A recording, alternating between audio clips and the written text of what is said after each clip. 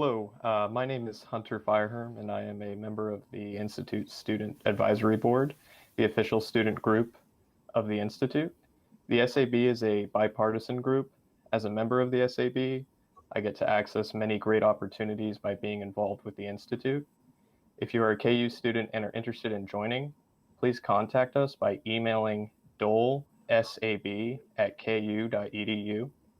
For this afternoon's event, if you would like to know more about our guest, the event itself, upcoming Institute events, and more, you can download a printable program handout. This link is in the event description below. At the end of this afternoon's event, we will have time for you to ask questions for our guest. Please email your questions to dolequestions@ku.edu. And now, please join me in welcoming Associate Director and Director of Archives and Museums, Audrey Coleman. Thank you, Hunter, for that warm welcome. Good afternoon, everyone. It's wonderful to see you. Thank you for joining us for this fourth and final installment of our afternoon program series inspired by our current exhibit, Voices from the Big First, 1961 to 1968. The project was curated by Kansas historian Virgil Dean and made possible by a grant from Humanities Kansas in conjunction with the Smithsonian Institution Initiative, Crossroads, Change in Rural America. I'm so excited that this afternoon joining us is former U.S. Senator from Kansas, Pat Roberts, who's served on the Hill since 1968 and was also a congressman representing the Big First, 1981 to 1997. And we know him more recently as Senator Pat Roberts. Senator Roberts, it's an honor. Thank you so much for being with us. My privilege, to be sure. I was there at the the dedication for the Dole Institute. I think we had Jimmy Carter there. We had, I don't know if McGovern was there or not, he might have made it. And I think Bob and I were the only Republicans on the stage. And I was sitting right at the back, and there was a huge wind behind us, and the KU flag was right behind me. And it kept whipping around me, you know. So when I got up and I told the Chancellor Hemingway at that particular time, I think it was Chancellor Hemingway, I said, this is the only place in the world where you would sit me where a K-State graduate would be whipped to death by the KU flag. That was quite a day. I'm glad to be here. Bob's a national treasure. He's a great friend of mine, super friend of mine, and a mentor. I love him, and I'm just happy to be here. Thank you so much. Sure. So it's been 5 decades since you began serving Kansans, either as a staffer, as a congressman, or now as a senator. How is retirement treating you? Well, it's a little strange to be able to sleep in a little bit, and I'm associated with a particular group, and they're trying to keep me busy. I'm the guy in the room that sits in the back and as the senior advisor, and it says, now, wait a minute, we tried that about maybe 18 years ago. It didn't work out so well. So that's it's my main contribution so far. Then there's another group called Riverside. That's a much smaller group. So they're keeping me posted. And of course, I get all the news about agriculture and the Big First. And then, of course, through the Kansas delegation, they're all friends of mine. And then Harold Stones is our chief cook and bottle washer when I was a senator. And he now has the Stones News Service, which has quite a following. And so he selects different things. So I have my own news service to, keep up with Kansas. Finally got home last weekend and got to talk to Leadership Kansas. What a great group of young people. Nobody asked me why on earth we're in such bad shape back here in Washington and we can't get along. Everybody was looking toward the future. It was a great group of young people. It was a real battery charge for me. Then I got to see some relatives, went out and talked to Bill Snyder, and had a wonderful time in Kansas. I'm looking forward to getting back. But you're certainly keeping busy. Let's rewind a little bit in time. The exhibit that we have on starts in 1961 when Congressman Dole goes to Washington for the first time. What were you doing back in the 1960s, and when did you first meet Congressman Bob Dole? I met Congressman Bob Dole with my dad, Wes Roberts, who was the state Republican chairman at one time, and with several governors, and then led the effort on the Citizens for Eisenhower in the '52 campaign. And at any rate, at some point in my service, I think I was stationed down at Quantico, he said, "I want you to meet the person who I think has the greatest potential I've ever met in Kansas." And I said, "That'd be Bob Dole." He said, "How'd you know that?" And I said, "Well, everybody's talking about him." And he was a congressman from out there. And I can honestly tell you in 1967, I'm skipping ahead here, but that is when Senator Carlson decided to step down. And there was some question as to whether Garner Schreiber from the 4th District or somebody else would jump into the race. I think former Governor Avery, but obviously the senator took one look and he said, "I think we can't say this publicly, but we're for Bob Dole." And at that time, I'd already come back from Arizona and got a call from Senator Carlson, and he said, "Would you like to be my top gun?" And I said, "Well, sure, my gosh." And so I was there for about 2 years. And so we got to know the Dole staff and everybody very closely at that time. When he first started out, I was in the United States Marine Corps. So I never got a chance to meet him. But when Dad brought me up there, it didn't take me very long to know this guy had tremendous potential. He's very impressive. He was a young congressman, and everybody thinks of Bob as being bipartisan and working together. There was a time when he was a rather brash young congressman. I know another guy like that named Pat Roberts, but at any rate, he really carried the torch for the Republican Party back then, and things he really strongly believed in.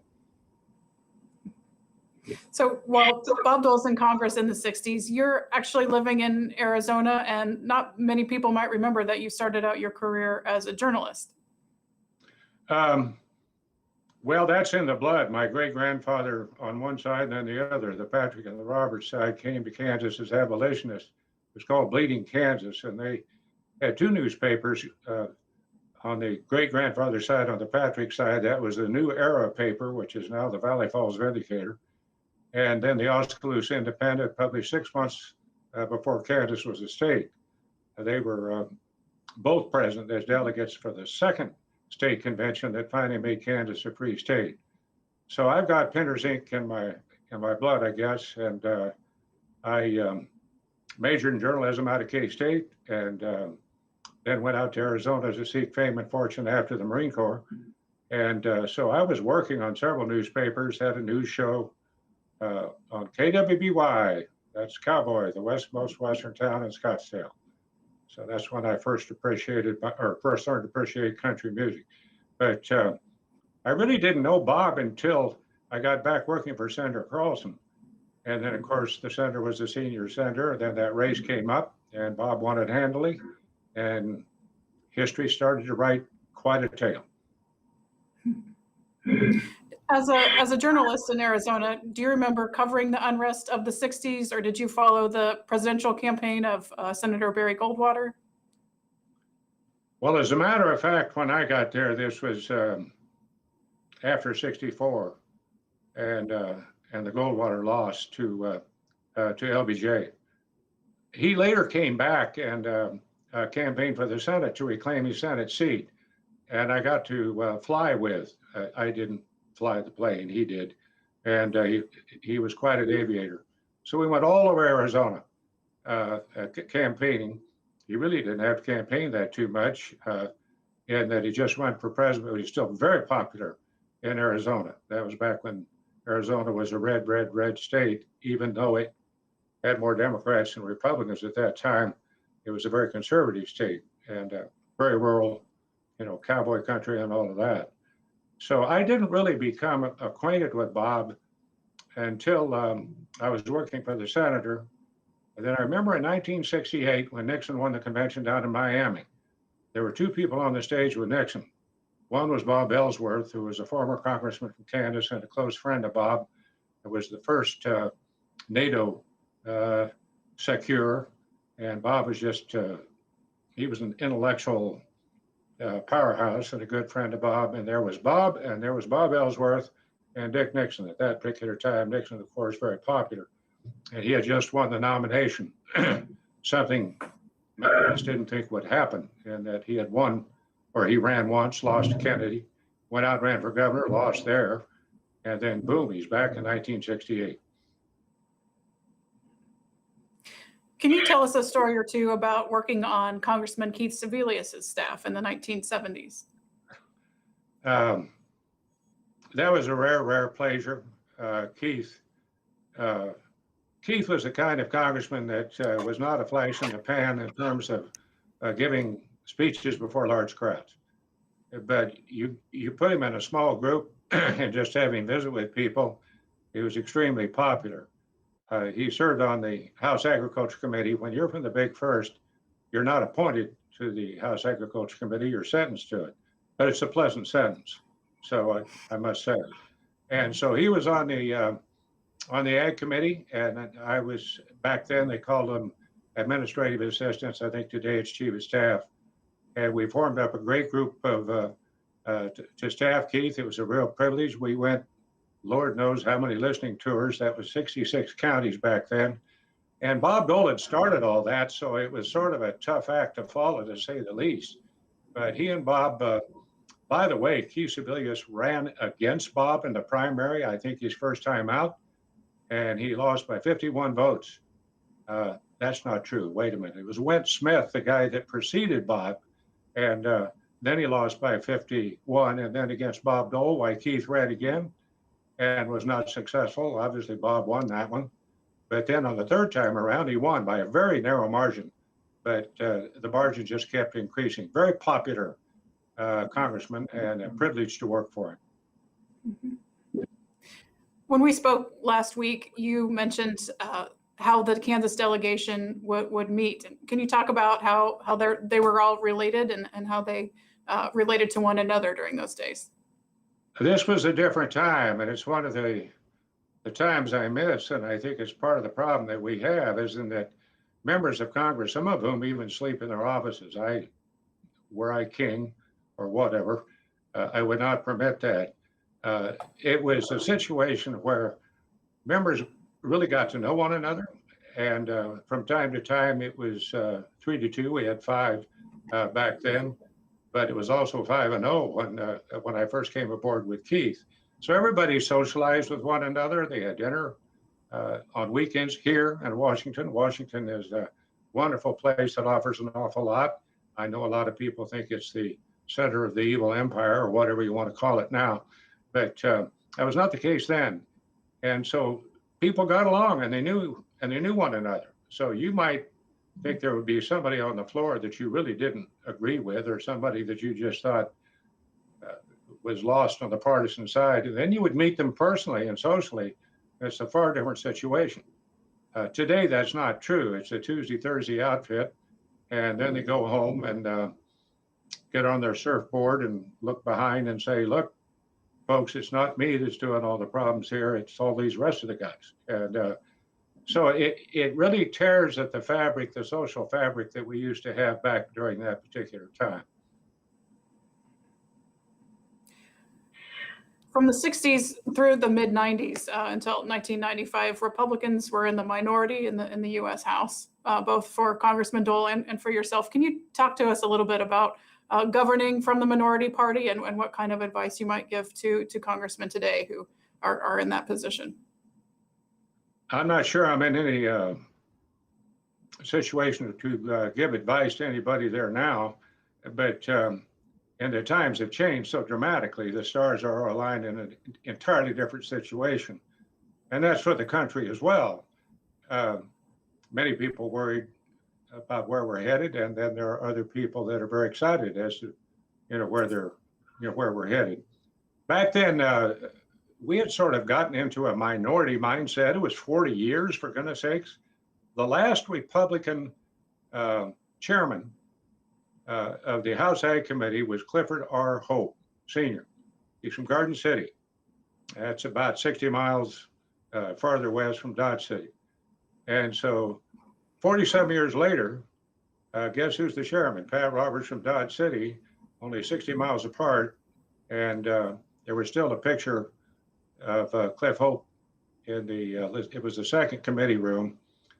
Now my picture, well, I don't know where it is now, now that the Democrats have taken over.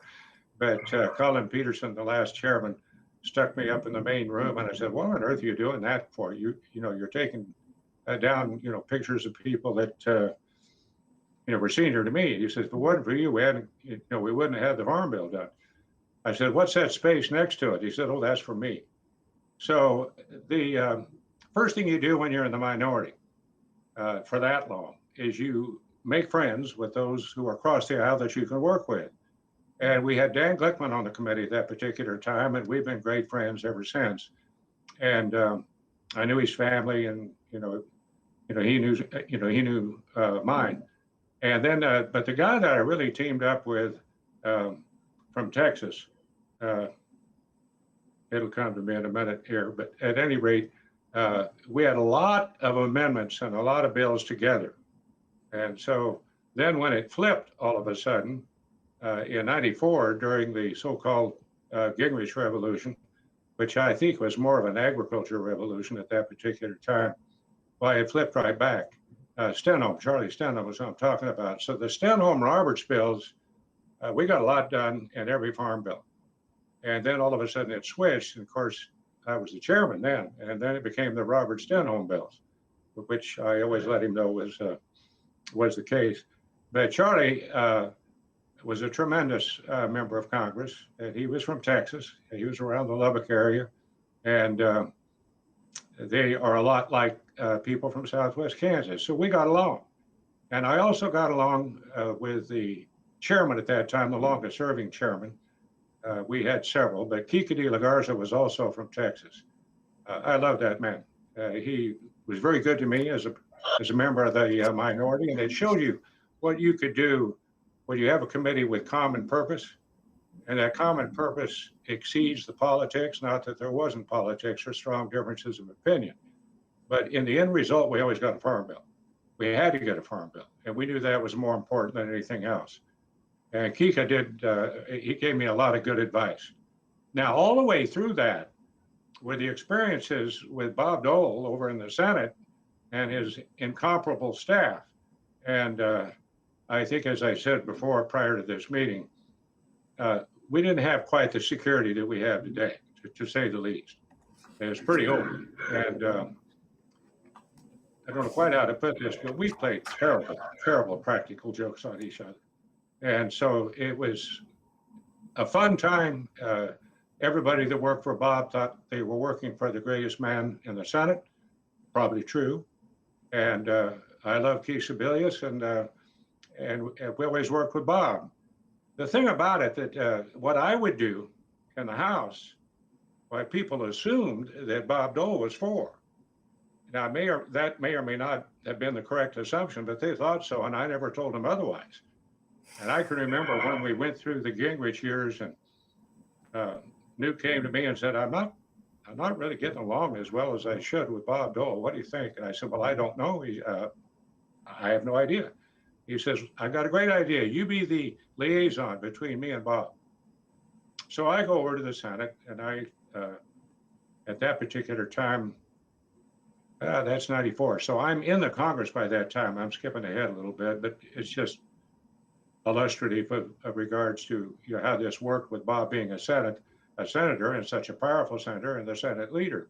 And you could get things done.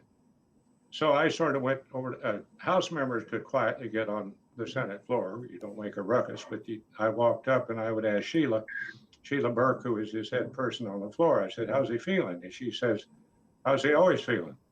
And I said, oh. So I go over and I pull on his coat like a little kid. He turned around and say, what's going on?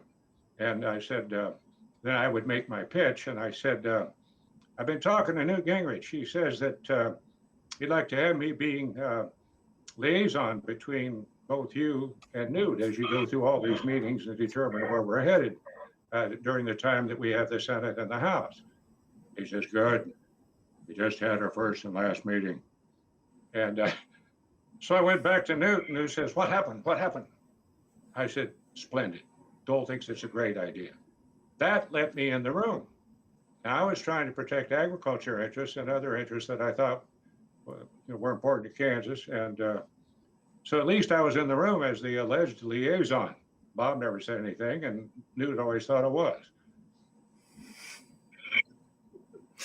I'm glad you mentioned Clifford Hope.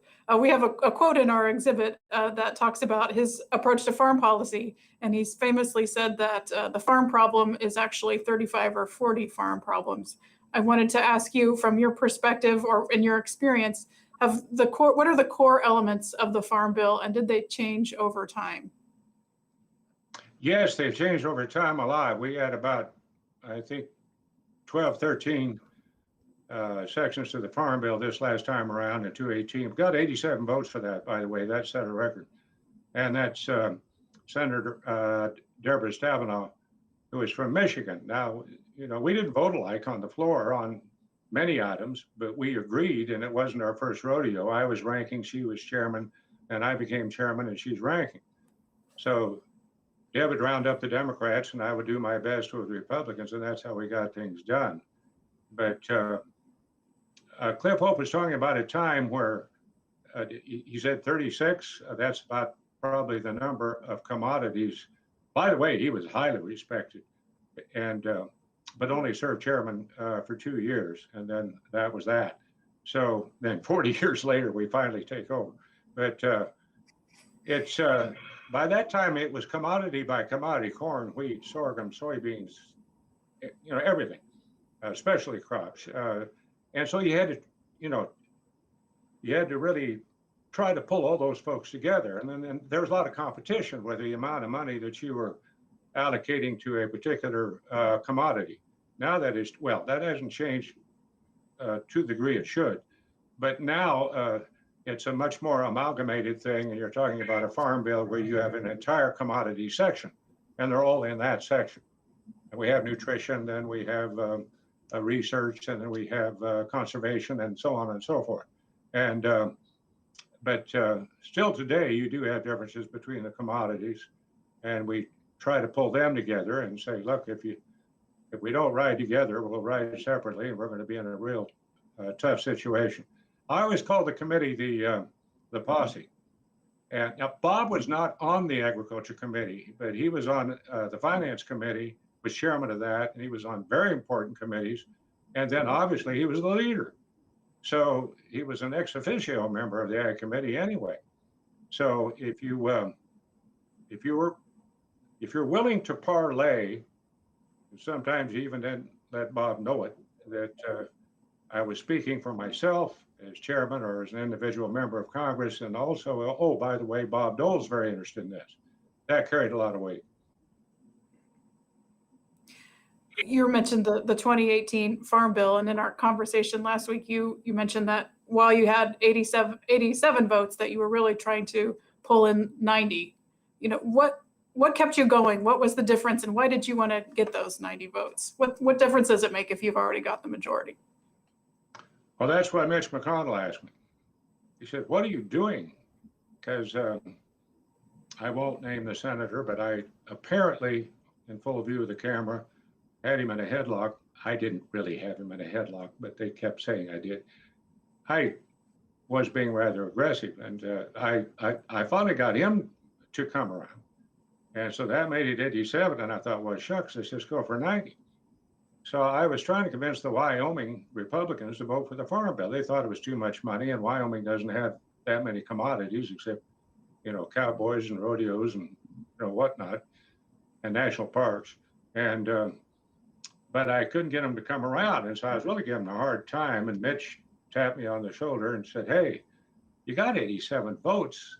What are you doing?" And I said, "Well, I want 90. He said, "Why?" And he said, I said, I want justice. He said, "No, you don't. You want blood. Let's get this thing done. You've already set a record, but Marines take the hill. And the fight's not over until you can get every vote you possibly can."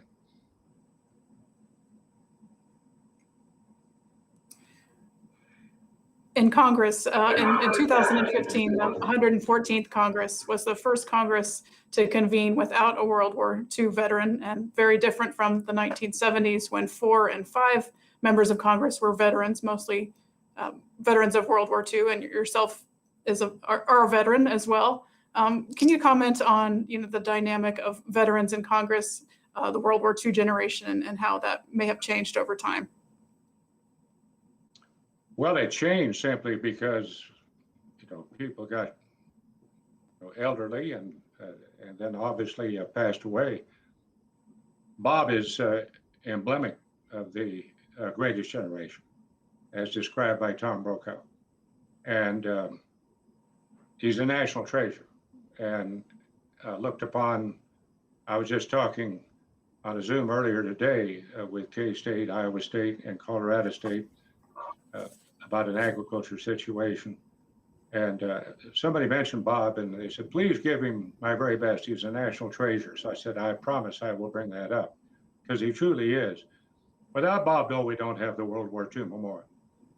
And we would all go down there as members of the Kansas delegation. Bob was always there. And the first thing that they would say as he climbed off the bus, hi, Pat, where's Bob? And nothing but admiration. Of course, wounded in Italy very severely. And Phil Hart and Danny Hanoi, I think we're in the same hospital. I think I got that right. If Bob's listening, I apologize if I don't, Bob. And they all sort of wondered what they were going to be down the road. I think nobody expected, or they didn't expect, that they would all three be in the United States Senate. Danny Hanoi fought in Europe along with Bob, and I'm trying to think where he was. I think he was in the same theater. The World War II folks weren't named the greatest generation simply because Mr. Brokaw did that. They were truly at a time in history when later Eisenhower, after and we just had another D-Day celebration. There's a Normandy Institute that is celebrating D-Day. I just cut a tape. Finally, we finished at the Eisenhower Memorial. But skip a little prior to that, and you had the World War II Memorial. Had it not been for Bob, it wouldn't have happened. And he just called everybody incessantly to raise money.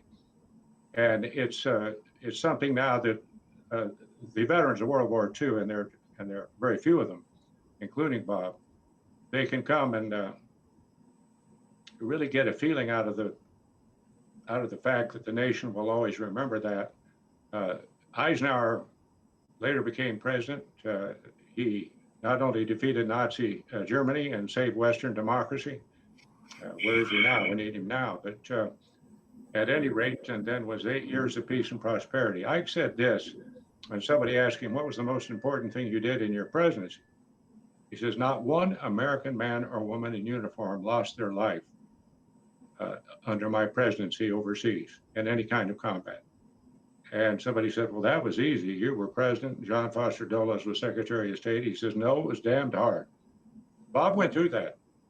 And he went through the trials and tribulations of recovery. His hometown of Russell stood up and really supported him, and something he'll never forget. One other thing about Bob. We had a little problem every memorial back here, and this is the last one on them all, and very deserving of Ike. It's taken 21 years. And Bob was always very supportive. He was on the honorary committee and helped us raise money. And finally, we were trying to determine what the theme would be. We thought it was going to be Ike as a young man from Kansas, from Abilene.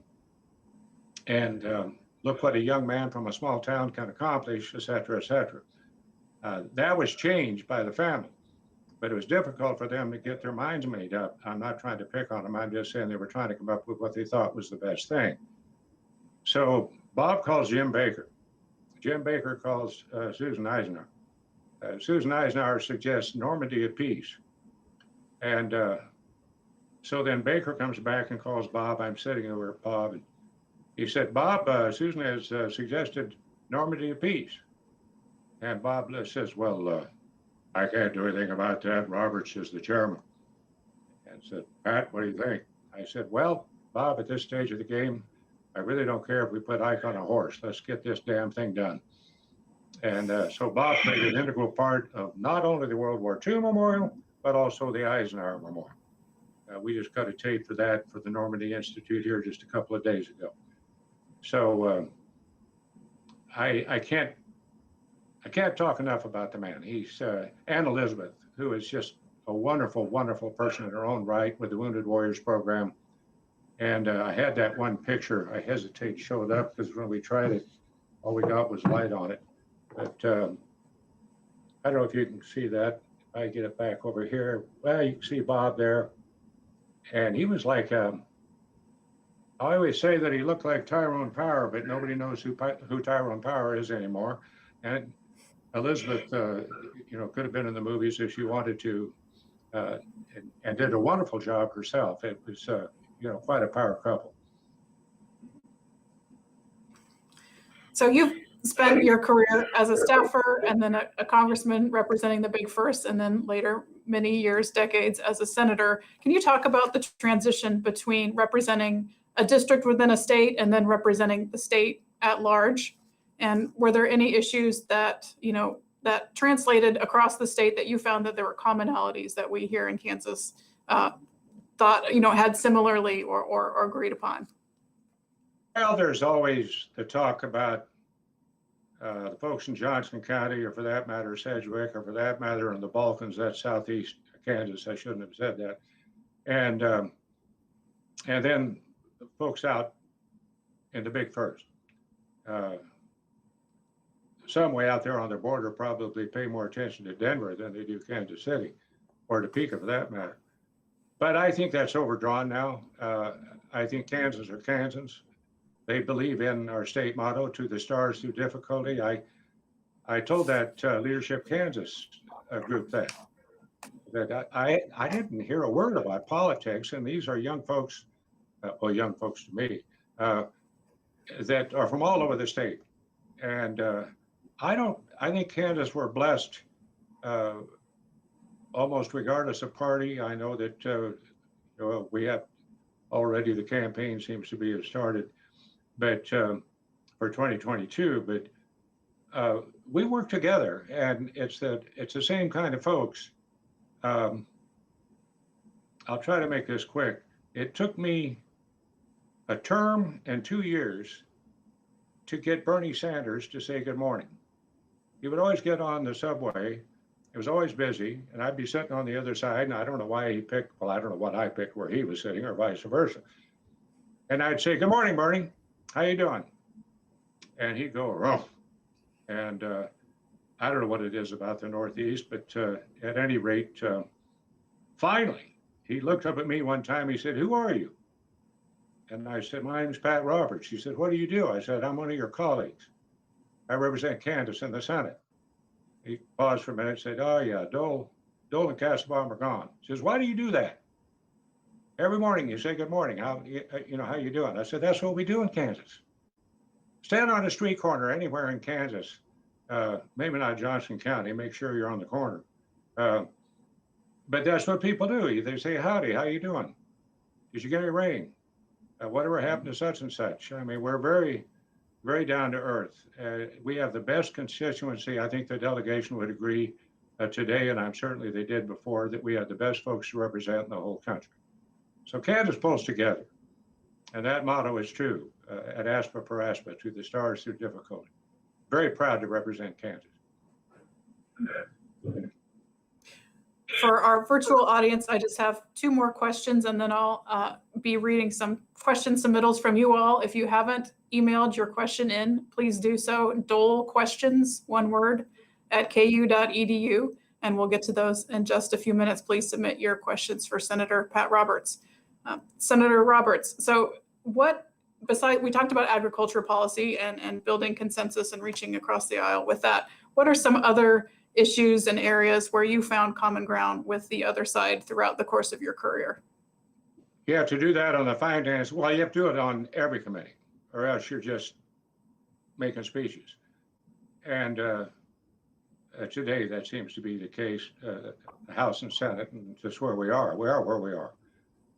Let me just say, rightly or wrongly, we do reflect exactly what the folks in the country are thinking about, and we're very balkanized in this country right now. And that is represented in the Congress. I would say that, oh, there's one thing I wanted to bring up, and I'm getting off subject. Imagine that, a senator getting off subject. And one thing I want to talk about is Bob's influence again. The Department of Labor, this was some time back when I was in the House. And the Department of Labor, all of a sudden, because of rural fugitive dust, they were worried about rural fugitive dust, my gosh. And they're worried about all these grain trucks, you know, coming across after the wheat harvest, stirring up dust. And so they stopped the wheat harvest. Now, I don't know how to describe a person who would think that way, but at any rate, they did. And boom, it just happened. And so they had a big meeting down at the Department of Agriculture. Well, I jumped in my car and went down there and I parked in a no parking zone and I ran into the meeting. I knew where the meeting was and I just interrupted it. And I was a senior member of the Ag Committee then. I don't think I was chairman.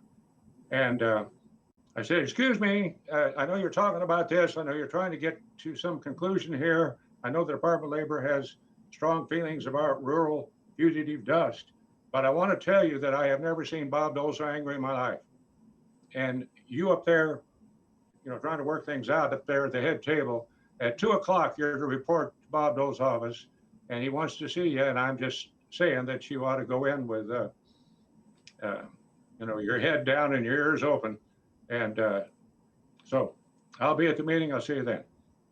Then I hopped in the car and went back up, and I went over to the Senate, and then I went up to Bob, and I pulled on his tail and said, by the way, you have a meeting, sir, at 2 o'clock. They've stopped the grain harvest. He says, I heard about that. And I said, well, the parties that are trying to, you know, put this together, they're going to meet with you at 2. And he said, take care of it. So I thought, oh my gosh. So then I had to call Taggart, the Aggie, I had to call Bill Wolford, who was the administrative assistant, whatever, and said, well, I sort of got us in the middle of a mess, but I don't know how we're going to solve this any other way. And they stopped the Kansas wheat harvest. By the time I got back to my office, the guy that was leading the table conversation from the Department of Labor had called me and said, please tell Senator Dole there's no reason for us to go up there. We've already solved the problem. We're going to delay this until after the wheat harvest. That's the kind of influence that Bob had. They didn't want to meet with Bob Dole asking the question, why in the Lord's name would you stop the Kansas wheat harvest? By the way, I finally found that person in the Department of, I think it was EPA, that was really worried about rural fugitive dust. And I asked her, what on earth were you doing? And she said, well, you're just raising so much dust out there. I said, well, what would you have us do? She said, we'll go out with a water truck at 10 o'clock in the morning and at 4 in the afternoon and water down the roads. I said, splendid, we need a grant. First, we need the water, and secondly, we need the water trucks. That's a wonderful conclusion. Thank you very much. So anyway, that's the story about that.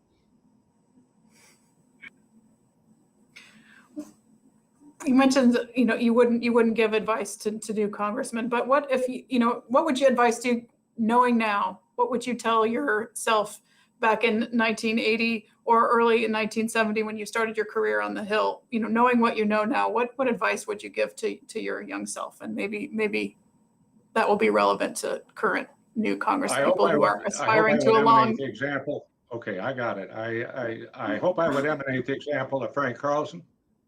He was a great man, never lost his temper, started the prayer breakfast along with Dwight D. Eisenhower and Conrad Hilton and Billy Graham.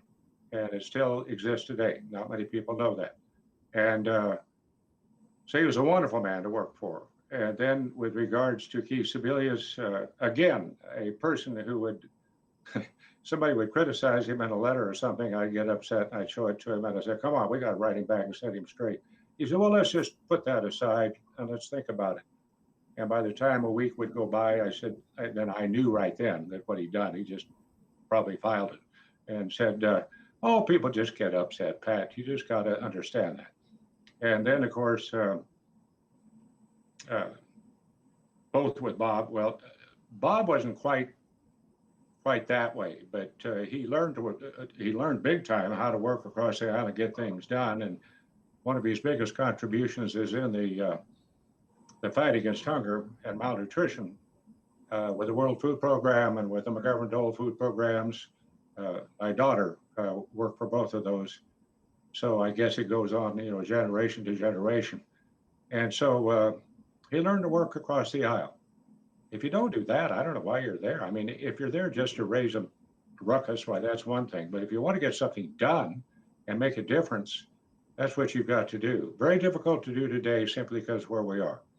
So I guess a new member and several of them have asked, and I said, more especially in the Senate, you got 6 years, calm down. You don't have to do anything yesterday. Work with the other side. Find somebody you can work with the other side. There are good people across the aisle. I know, I worked with them, and the circumstances are a little greater though. Thank you, Senator. I'm starting to get some questions from the audience and submissions, so I'm going to start with the first one that I have here. This is a question from Mark. He asks, can you recall an event in Kansas that brought the entire state, rural and urban, together? Is the Ogallala Aquifer a source of unity for all Kansans today?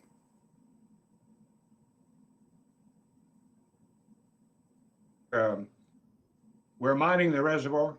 Everybody knows that. That's been going on now we were doing that when I first came into the Congress. And that's this circle irrigation. And but we've been able to provide a lot of food and fiber for a lot of hungry people because that's been a very productive area. Back in the day, when Kansas enjoyed a very temperate time in the weather, that was really much more populated than it is now. And they even had the Soul Canal, not S-O-U-L, there was an E to it. And then that would come down in barges down. But drip irrigation is one thing that you can use. There are a lot of other things we could do with the kinds of crops that we're growing. I don't think there's any producer out there in Western Kansas that doesn't know that doesn't know that we have to husband our what's left of the Ogallala, although there's been some regeneration, and that's absolutely key if we could do that. There's a lot of things going on now with technology and research and some breakthroughs that will allow us to overcome things like that if we just if we can just focus on it and get that done. Yeah, that's a good way to get people to work together. I'm not too sure that all the people in Johnson County know what or where the Ogallala is, but that's a very good example. A follow-up question. Senator Bob Dole, from what I know, has always given a huge amount of credit to his wonderful staff throughout the years. Are there folks who've worked for you, or would you recognize a few key folks that were with you early on, or who helped you in your career as a staffer in your offices? Bob's right, and he always gives credit to staff, and that's certainly justifiable, but he did not have the best staff, House or Senate. I did. And he's a close second. But we really worked together back during the days that we could do that. Matter of fact, one quick story.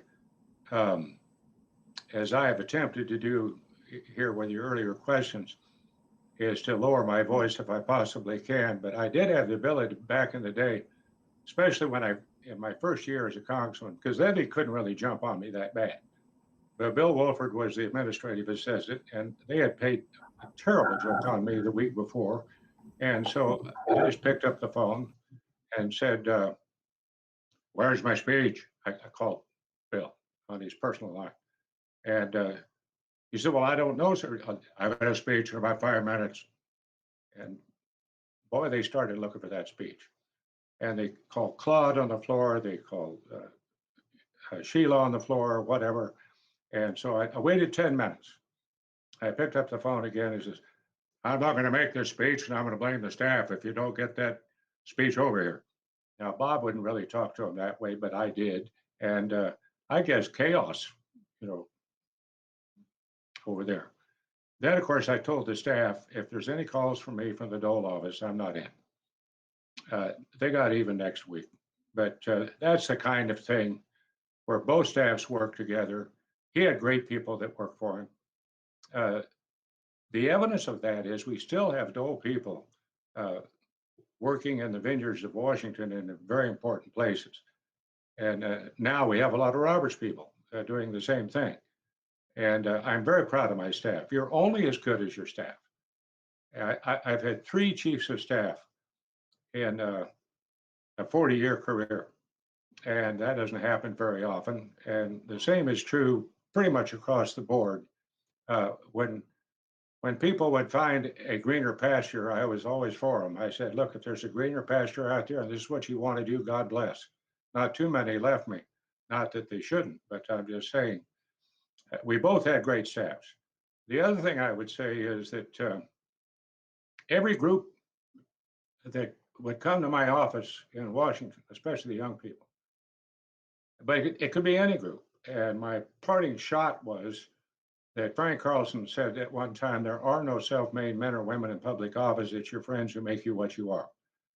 And I would say, this isn't my office.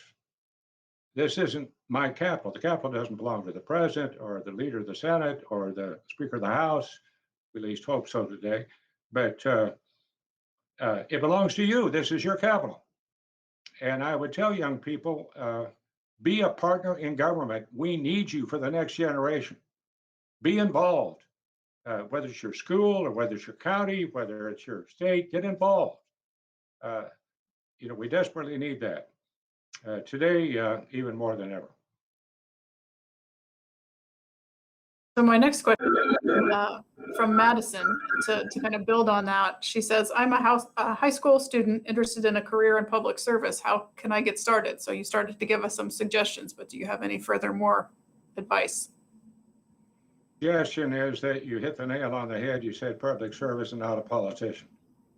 You say, how do I get involved in politics? And I always say, well, politics is not beanbag. And you got to come to the chairs. Well, it's preferable that you come to the chairs.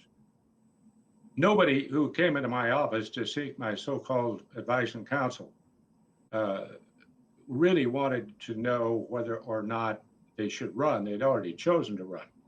And of course, by that time, hopefully they came to the chairs or had some credentials, and I would give them some advice, most of which they probably wouldn't take. But there's sort of a calling there for you. And goodness knows right now, we need good people in government and good people willing to put up with an awful lot. But it is, if you want to do things that you think represent what you're all about, and you want to make a difference, that's one way you can go. But you can do it in your hometown just as well. You can do it from many different organizations just as well. And we know about teachers, doctors, et cetera, all the professional people, but anybody running a small business today, everybody can contribute. But right now, I would say to a young person, see if you can come through the chairs. And by that, I mean, get involved early. Get them, I hope schools still have schools about civics and constitution and whatnot. I'm not too sure that's the case anymore. But at any rate, do that in your school work. Find something that you can do with any organization that you're really interested in. You don't have to be a leader, but you can certainly can contribute, and then just see where life tells you. And if you can do that, I always thought to myself, wow, if I could work for Frank Carlson and get paid for it and enjoy that so much, since my dad was in politics. By the way, he was part of the Ike campaign, and Ike won on the first ballot, and then he was Republican national chairman. So maybe I just had it in my blood or something. One other thing I want to mention, I want to thank Bob Dole for granting me permission, and that my visa into Douglas County had expired. And I wore a blue tie, not a purple tie, because I know the Dole Institute, of course, is legendary in KU land, and he's a Jayhawk.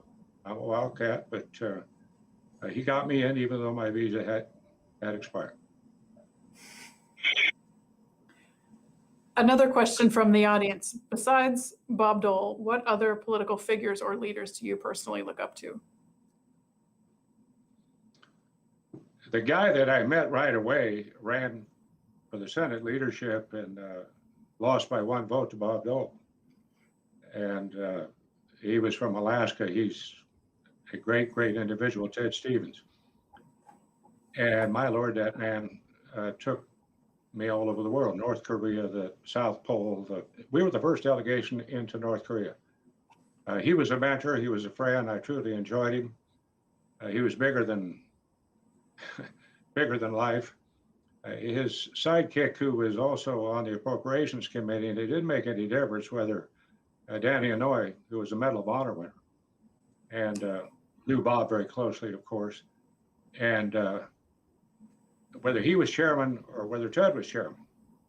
So I have some mementos that I keep right here in this, in the lower part of our home here in Alexandria. Used to be in our house in Topeka, but after we moved from Dodge. But I don't know, those two guys, and gosh, if you start in, I knew Joe Biden.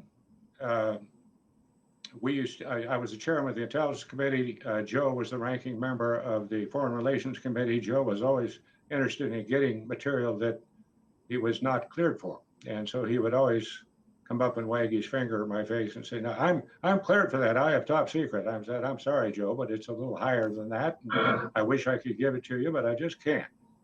And then he did me a favor in 2014 in that campaign, which is a classified story that I can't tell. But we were pretty good friends, and he was a pretty good friend to everybody in the Senate. I have just a couple more questions from the audience, Senator Roberts. One more, second from the last.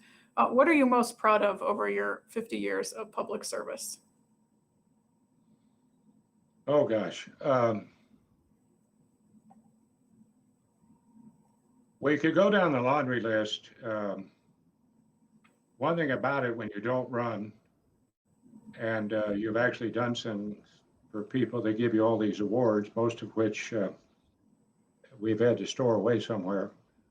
The key to that is, I know you're attached to it, Pat, but you don't have room for it, number one. Number two, which one of your kids wants it? But I treasure all of them. And I think at K-State, the NBAF facility, National Agricultural Bio facility, and COVID-19 was zoonotic. That facility, when it's finally up and running and we have it fully staffed and all of that, will make a difference in regards to our public safety. Wichita State University, the NIAR program there that works with all the aircraft industry. Wichita still is the largest tanker base. That was an effort by Todd D. Hart, Sam Browback, myself. We were successful in that, and that still is true. Fort Leavenworth, that's the Intellectual Center of the Army. There's the Lewis and Clark Center. That center is an Army center, of course, but it has a Marine Corps flag and a picture of yours truly. And that working with Ted Stevens, we were able to get the money for that, and that the previous center was just completely falling apart. Now you go on, and I'm leaving a lot of stuff out. I think the thing I'm most proud of, we had 3 great caseworkers in Wichita, Topeka, and Kansas City.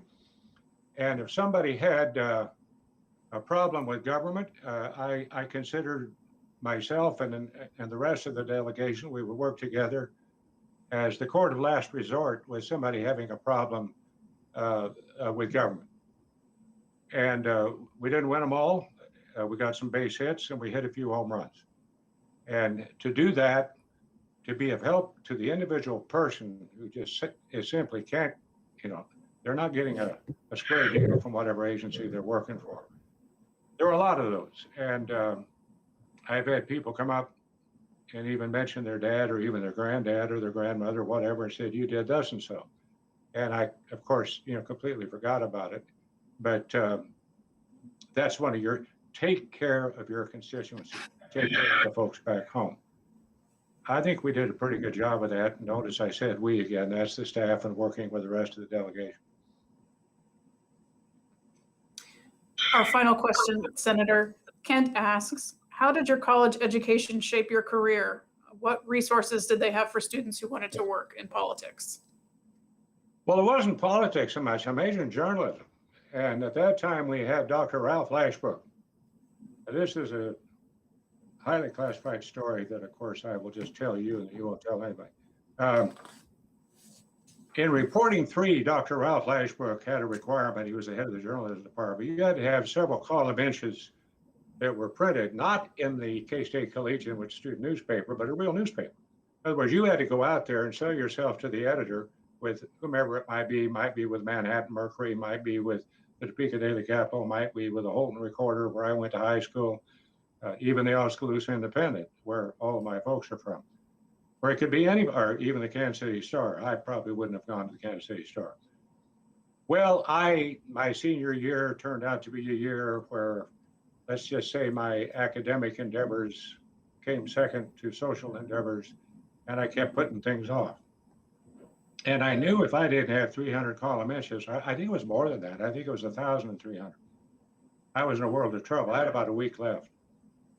So I decided, all right, there's got to be a way. And with the Manhattan paper, the Topeka paper, the Holton paper, Oskaloosa paper, I covered the baccalaureate exercises and the graduation exercises. You always have a graduation speaker. Maybe you don't anymore, but you did then. So I would say that X, Y, or Z gave the graduation speech at Holton and talked about thus and so, and the graduating seniors are. I listed them all. And I brought that in with a straight-faced Lashbrook. I made, 1,500 column inches simply by listing people's names, baccalaureate and graduation. He said, I give you a failing grade for actually doing the things you should do to graduate, but I would give you an A for an effort and being very unique.